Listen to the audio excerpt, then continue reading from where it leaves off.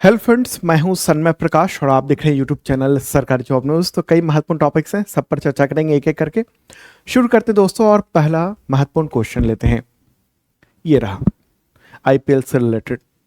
Royal Challengers Bengaluru यानी RCB ने final match में किस टीम को हराकर आईपीएल 2026 की ट्रॉफी जीत ली? आंसर क्या होगा इसका? मुझे लगता है सबको पता है, गुजरात टाइटंस यानी जीटी। तो आरसीबी ने लगातार दूसरे सीजन में यानी 2025 में फिर 2026 में आईपीएल खिताब अपने नाम कर लिया है।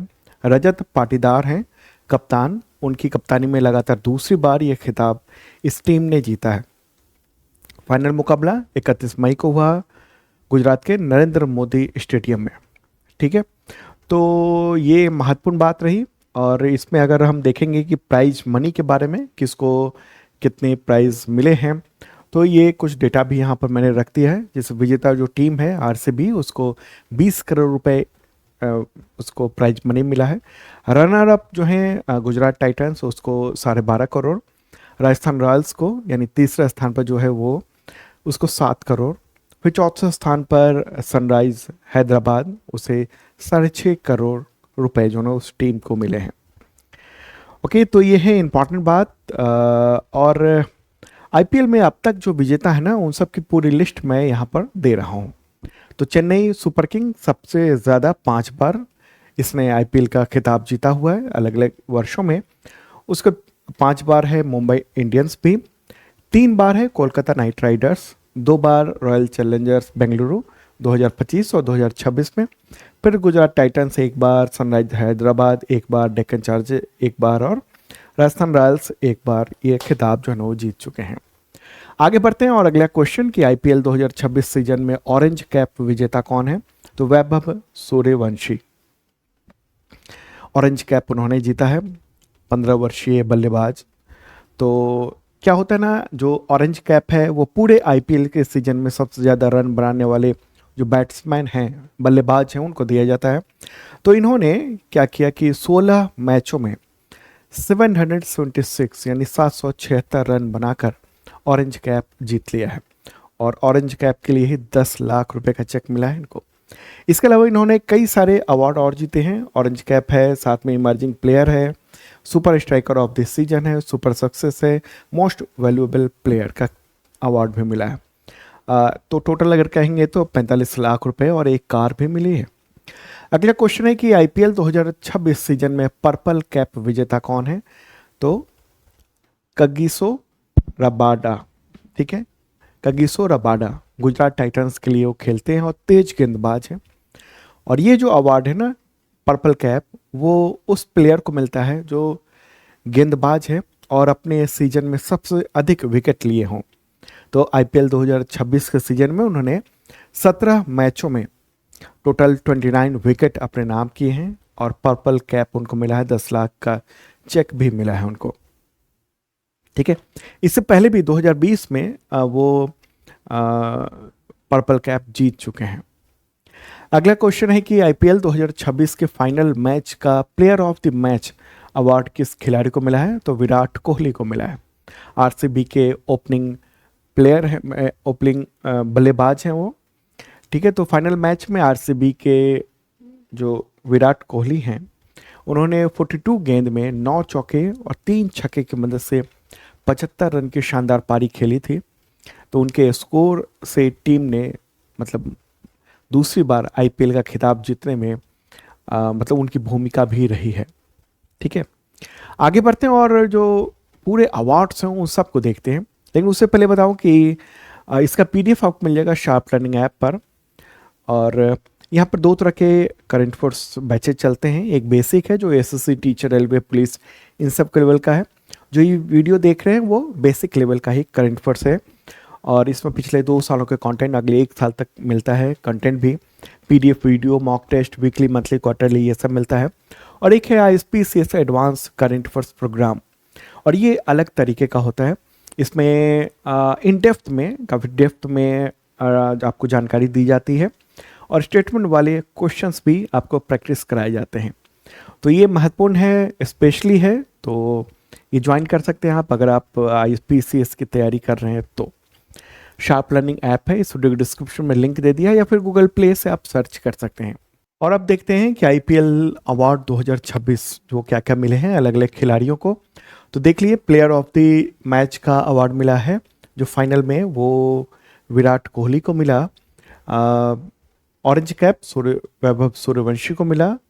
पर्पल कैप का गीसो रबाडा को मिला है। Super sixes of the final का खिताब मिला है विराट कोहली को। On the go fours of the final का खिताब मिला विराट कोहली को ही। Super striker of the final का खिताब मिला वेंकटेश अय्यर को। Green dot ball of the final का अवार्ड मिला है भुवनेश कुमार को। Most valuable player of the season Vaibhav Suryavanshi हैं। Emerging player of the season Vaibhav Suryavanshi हैं। Super striker of the season Vaibhav Suryavanshi. Super success of the season Vaibhav Suryavanshi. On the go fours of the season, यहाँ season है, इससे पहले वाला एक और अवार्ड था वो फाइनल का था, Sai Sudharsan. Green dot ball of season Mohammed Siraj. Catch of the season Manish Pandey. Fair player award Punjab Kings team को मिला। तो ये सब महत्वपूर्ण जो अवार्ड है वो देख लिया आपने। अगला क्वेश्चन लेते हैं, सिंगापुर ओपन 2026 का खिताब किस पुरुष युगल जोड़ी ने जीता है? तो आंसर क्या होगा? सात्विक साईराज रंकी रेड्डी और चिराग शेट्टी। तीन दोनों की जो जोड़ी है उसने 31 मई को ये खिताब जीता है। और इन्होंने इंडोनेशिया की जोड़ी उनको फजार अल्फियान और मोहम्मद शोहिबुल फिक्री उनको जो है ना वो हराया है। और उसके बाद नाचते हुए देख रहे हैं दोनों के दोनों। सात्विक और चिराग उन्होंने ये खिताब जीत लिया पुरुष युगल जोड़ी का। और आखिरी जो खिताब जीता था इससे पहले उन्होंने थाईलैंड ओपन 2024 का जीता था।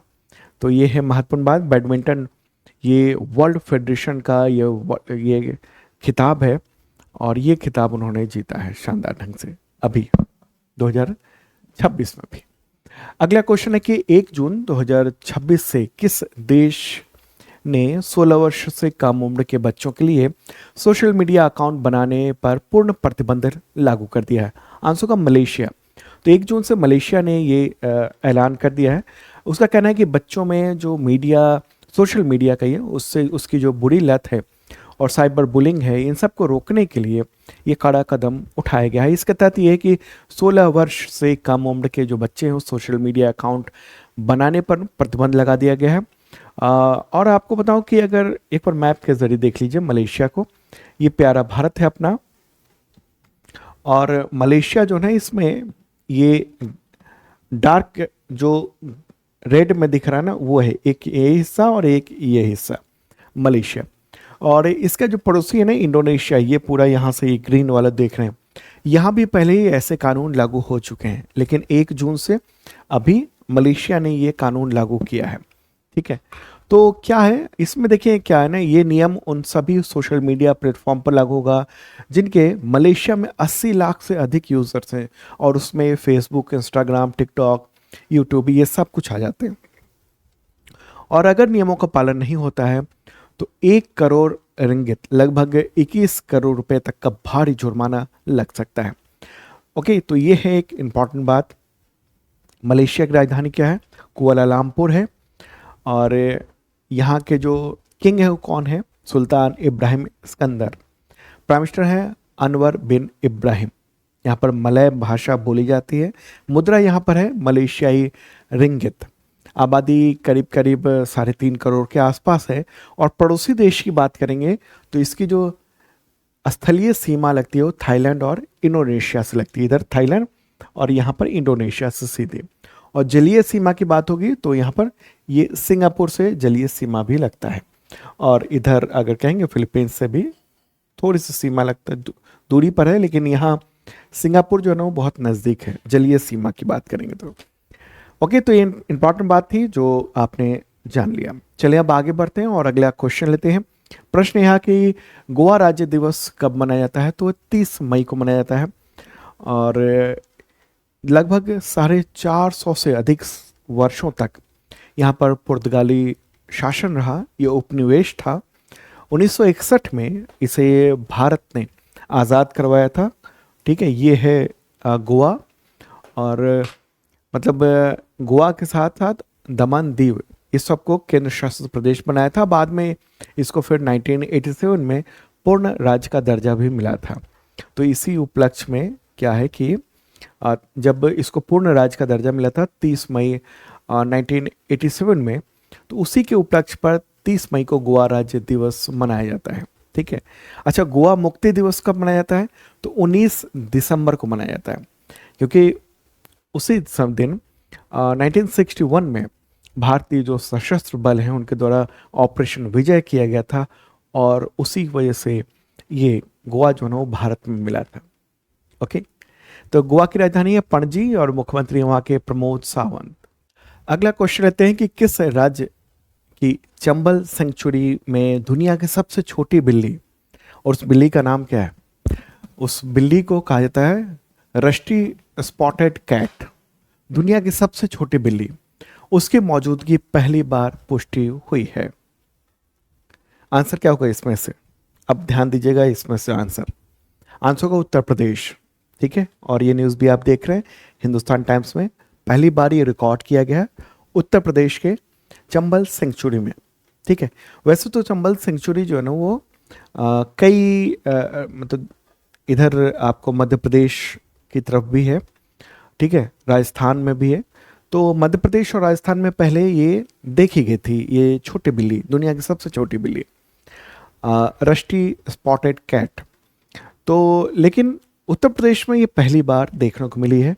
ये बिल्ली है, बहुत छोटी सी होती है, और इसके जो साक्ष्य मिले हैं वो इटावा में, इटावा चंबल यमुना क्षेत्र के आसपास, वहाँ दरअसल एक रोड एक्सीडेंट के दौरान मृत पाया गया था। उसी के बाद पता चला कि ये दुनिया की जो सबसे छोटी बिल्ली है वो इस तरफ भी है, उत्तर प्रदेश में भी यहाँ पर मौजूद है। ठीक है, तो आकार में सबसे छोटी है, जंगली बिल्ली है, और IUCN जो रेड लिस्ट है ना उसमें वो निकट संकट ग्रस्त है। रेड लिस्ट में नहीं है, ये निकट संकट ग्रस्त ये माना जाता है। ठीक है, तो चंबल सेंचुरी जो है ना वो 3 राज्यों में है। आप ये देख लीजिए, इस इलाके में इधर उत्तर प्रदेश हो गया, मध्य प्रदेश हो गया, ये राजस्थान हो गया। तो राजस्थान और मध्य प्रदेश में देखा गया था, पहली बार स्पॉट किया गया है उत्तर प्रदेश में, जो चंबल सेंचुरी है वहाँ पर।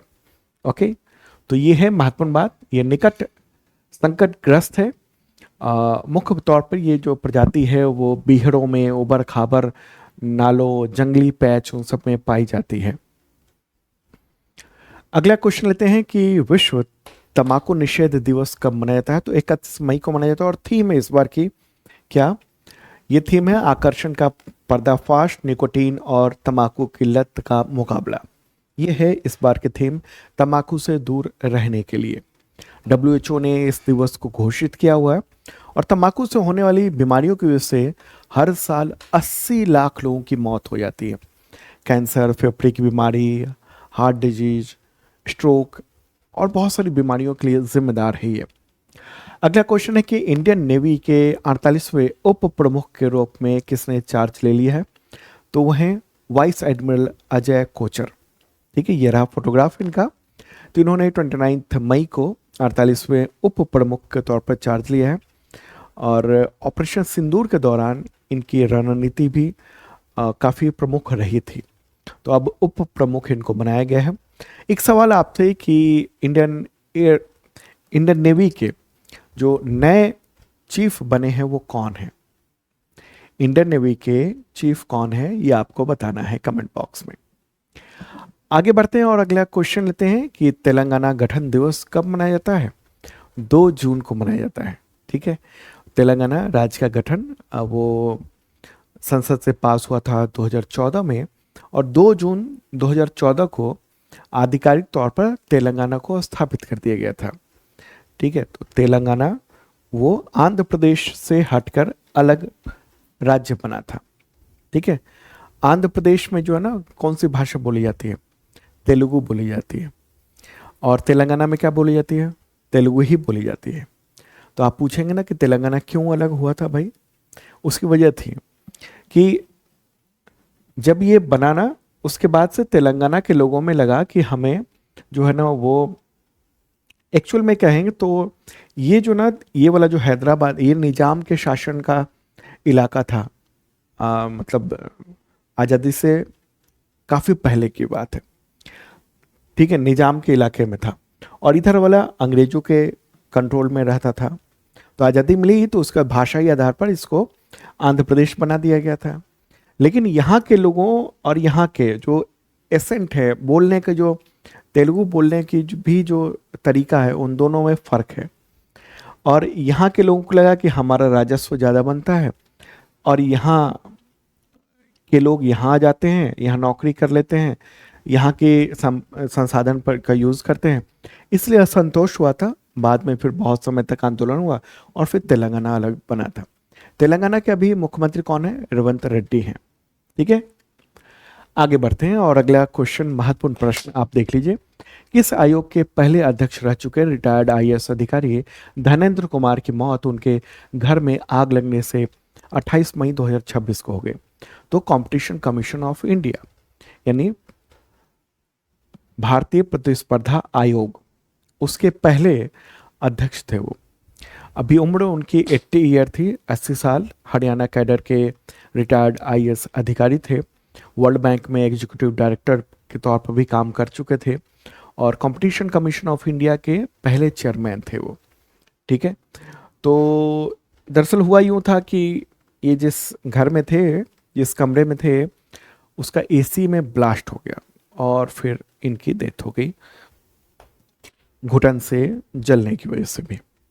अगला क्वेश्चन है कि किस देश के राष्ट्रपति यू मिन आंग ह्वांग यू मिन आंग ह्वांग, तो उन्होंने भारत में अपनी पहली आधिकारिक राजकीय यात्रा की मई जून 2026 में। आंसर क्या होगा? म्यांमार, पड़ोसी देश है, इसलिए महत्वपूर्ण है ये क्वेश्चन। तो वहाँ के जो राष्ट्रपति हैं, पहले सेना प्रमुख थे, तख्ता पलट किया था, फिर प्रधानमंत्री बने, फिर राष्ट्रपति बन गए हैं। अब नवनिर्वाचित राष्ट्रपति हैं, चुनाव भी करा लिया था उन्होंने। तो 30 मई से 3 जून तक उनकी पहली भारतीय आधिकारिक यात्रा थी, और पहले तो वो बोध गया गए थे, उसके बाद फिर दिल्ली आए। दिल्ली में पूरा उनका प्रतिनिधि मंडल भी था और भारत के साथ बातचीत हुई। तो ये है बात, एक बार मैप के जरिए भी देख लेते हैं। प्यारा भारत है अपना, और ये पड़ोसी म्यांमार है। ओके, तो म्यांमार हमारा महत्वपूर्ण पड़ोसी देश है, और इसके साथ हमारी जो सीमा है ना, वो कितनी है, कितनी दूरी की ये सीमा है? तो ये है टोटल 1643 किलोमीटर की, 1643 किलोमीटर की। और भारत की जो एक्ट ईस्ट है और पड़ोसी पहले वाला जो नीति है, उसके तहत ये आता है। ठीक है, म्यांमार का जो पुराना नाम था वो था बर्मा, राजधानी है नेपिडो, सबसे बड़ा यहाँ का शहर है यांगून, मुद्रा यहाँ पर चलती है म्यांमार क्यात, भाषा यहाँ पर बोली जाती है बर्मी। और पड़ोसी देश की बात करेंगे तो म्यांमार के जो टोटल 5 देशों के साथ अपनी सीमा उसकी लगती है। एक तरफ ये भारत है, फिर बांग्लादेश है, इस तरफ चाइना है, लाओस और थाईलैंड भी है। अगला क्वेश्चन है कि Kaladan multi modal transit transport परियोजना भारत और किस देश के बीच में, जिसके राष्ट्रपति ने भारत यात्रा के दौरान इसे मिलकर समय पर पूरा करने पर सहमति जताई है? तो वह है म्यांमार। ठीक है, म्यांमार। तो कलादान जो मल्टी मोडल कहिए, मल्टी मोडल मतलब कि कई सारे मोड से होकर है, जैसे उसमें सी रूट भी है, रिवर रूट भी है, रोड रूट भी है, इसलिए मॉडल कहा जाता है। तो मल्टी मॉडल हो गया यहाँ पर। ठीक है, तो ये जो पूरी की पूरी कवायद है ना, ये काफ़ी पुराना है, लेकिन मतलब अभी तक ये प्रोजेक्ट पूरा नहीं हो पाया। इसमें यह है कि कोलकाता से लेकर हम एक ऐसा रूट बनाए, सी रूट, यहाँ पर सितवे जो बंदरगाह है भारत ने डेवलप किया, वहाँ से फिर रिवर रूट से होते हुए जो है ना, ये हम लोग कहाँ पहुँचे? वो पहुँचे कालादान जो रिवर है उसमें, यहाँ से, और फिर रोड माध्यम से यहाँ पर आइजॉल, अगर हम देखेंगे इस तरीके से मिजोरम, जो भारत का हिस्सा है वहाँ तक कनेक्ट करने की बात यहाँ पर है। अब आप कहेंगे कि क्यों, आखिर ऐसा क्यों है कि हम यहाँ से इधर से क्यों कनेक्ट कर रहे हैं और मिजोरम की ओर जा रहे हैं, या नॉर्थ ईस्ट में हम इस तरफ से क्यों सोच रहे हैं, प्लान कर रहे हैं। उसकी वजह यह है कि इधर वाला जो है ना सिलीगुड़ी जो कॉरिडोर है ये बहुत ही सकरा है, करीब 22 किलोमीटर का है। तो 100% हम उसी पर निर्भर तो नहीं रहेंगे ना। हम कुछ ऐसे भी रास्ते बना रहे हैं ताकि हम जल्दी भी यहाँ पर पहुँच सके, मिजोरम पर अपना व्यापार वगैरह भी बेहतर ढंग से कर सकें। तो इसलिए यहाँ पर जाम भी अक्सर रहता है क्योंकि बहुत छोटा कॉरिडोर है। नॉर्थ ईस्ट में कनेक्ट होने के लिए ये ही एक मेजर रूट है। तो एक और रूट इधर से बनाने की बात है, लेकिन अब क्या है, एक तो इसमें यह है कि कोलकाता से लेकर और सितवे बंदरगाह भारत ने डेवलप किया हुआ है, फिर काला दान जो रिवर है वहाँ तक तो पूरा का पूरा जो है ना वो बनाया हुआ है, रूट सब कुछ तैयार है। लेकिन इसके आगे नहीं बन पा रहा है क्योंकि यहाँ पर जो विद्रोह वगैरह हुए वहाँ पर यानी म्यांमार में, तो उसकी वजह से यहाँ कंस्ट्रक्शन वगैरह ना नहीं हो पा रही है। ठीक है, ये परियोजना जो ना वो 2008 में शुरू हुई थी, इसको 2014 में पूरा हो जाना था, लेकिन कई बाधाओं का सामना इसको करना पड़ रहा है। ठीक है, तो ये है एक इम्पॉर्टेंट बात जो कि अभी ये रुका हुआ है। ठीक है, चलिए आगे बढ़ते हैं और अगला क्वेश्चन लेते हैं। अच्छा, इससे फायदा क्या होगा, ये सब मैंने यहाँ पर भी पॉइंट्स दे दिए हैं। ठीक है, एक तो दूरी और समय की भारी बचत होगी, पूर्वोत्तर का आर्थिक विकास हो सकेगा, रणनीतिक विकल्प है, सिलीगुड़ी कॉरिडोर के अलावा भी हमारा एक रूट बन जाएगा, निर्भरता जो है ना थोड़ी सी कम हो गई क्योंकि लोड बहुत है उस पर, एक्ट ईस्ट पॉलिसी को मजबूती मिलेगी और चीन से मुकाबला भी करने को मिलेगा क्योंकि चीन की जो भूमिका है म्यांमार में वो बढ़ती जा रही है। उसने एक पोर्ट भी डेवलप किया हुआ है, तो भारत ने भी सितवे पोर्ट डेवलप किया हुआ है और इधर से रूट यहाँ से हो तो म्यांमार पर प्रभाव बेहतर हो सके, ये भी इम्पोर्टेंट बात है। तो चलिए अब आगे बढ़ते हैं और अगला क्वेश्चन लेते हैं कि म्यांमार के राष्ट्रपति की भारत यात्रा के दौरान भारत म्यांमार थाईलैंड त्रिपक्षीय राजमार्ग को जल्द पूरा करने पर चर्चा हुई। तो ये हाईवे भारत को किस अंतर्राष्ट्रीय समूह के देशों से जोड़ने की एक रणनीतिक पहल है। अब यहाँ पर प्रश्न को ध्यान से पढ़िएगा। अब क्या सवाल पूछा गया है कि किस अंतर्राष्ट्रीय समूह से वहाँ के देशों से जोड़ने की एक रणनीतिक पहल है। तो सार्क है ऑप्शन में, आसियान है, ब्रिक्स है, G20 है। इसका आंसर क्या होना चाहिए, इसका आंसर होना चाहिए आसियान। ठीक है, तो ये भारत म्यांमार थाईलैंड त्रिपक्षीय ये हाईवे है, ये भी पुराना प्रोजेक्ट है, एक्ट ईस्ट पॉलिसी के तहत इसको बनाया जा रहा है, लेकिन ये भी इसमें भी जो रुकावट जो हो रही है ना वो म्यांमार की वजह से हो रही है। इसकी टोटल लंबाई कितनी है, 1360 किलोमीटर की लंबाई है। अगर आप देखेंगे तो टोटल 1360 किलोमीटर। अब इसमें क्या है कि ये जो हाईवे है ना वो नॉर्थ ईस्ट वो कनेक्ट हो जाएगा यहाँ से थाईलैंड से, और इससे क्या होगा, इससे पूरी पूरी कनेक्टिविटी हमारे आसियान देशों में पूरी की पूरी रोड से ही हो जाएगी।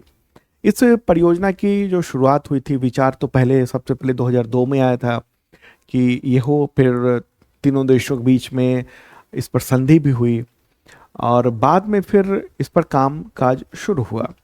तो ये जो है ना वो भारत का जो मणिपुर राज्य है वहाँ से ये है। ठीक है, मणिपुर ये वाला देख रहे हैं आप राज्य, तो यहाँ से ये होता हुआ ये रूट होता हुआ और यहाँ तक बैंकॉक तक ये रोड पहुँचाने की बात है। अब इसमें क्या है कि यहाँ से यहाँ तक यानी मणिपुर से सीमा तक और यहाँ जो बैंकॉक तक ये म्यांमार की सीमा से यहाँ तक ये रोड बन चुका है पूरी तरीके से। इसका काम जो है ना वो चल रहा है, कई जगहों पर रास्ते बहुत कठिन हैं तो उसको बनाने का काम चल रहा है, लेकिन जो यहाँ पर जब से इस म्यांमार में सत्ता परिवर्तन हुआ या कहीं तख्ता पलट हुआ है उसके बाद वहाँ विद्रोह बहुत ज़बरदस्त हुए हैं और इसकी वजह से ये रूट बनाने में बड़ी दिक्कत आ रही है। लेकिन जो वहाँ के राष्ट्रपति हैं म्यांमार के वो भारत आए और ये तय किया कि हम इसको आगे बनाएंगे, आगे बेहतर करेंगे इसको। ठीक है, पूरा जल्दी से जल्दी करेंगे। तो दोस्तों ये था इंपॉर्टेंट कंटेंट्स आप सबके एग्जामिनेशंस के लिए और मिलते हैं नेक्स्ट वीडियो में। और अगला जो वीडियो है वो आएगा आईएसपीसीएस एडवांस करंट अफेयर्स प्रोग्राम के तहत। उसके कुछ वीडियोस आपको यूट्यूब पे भी देखने को मिलेंगे, तो वो भी क्लास आप देखिएगा। अगर बाद में देख रहे हैं तो वो यूट्यूब चैनल सरकारी जॉब न्यूज़ पर भी मिल जाएगा। Okay, bye.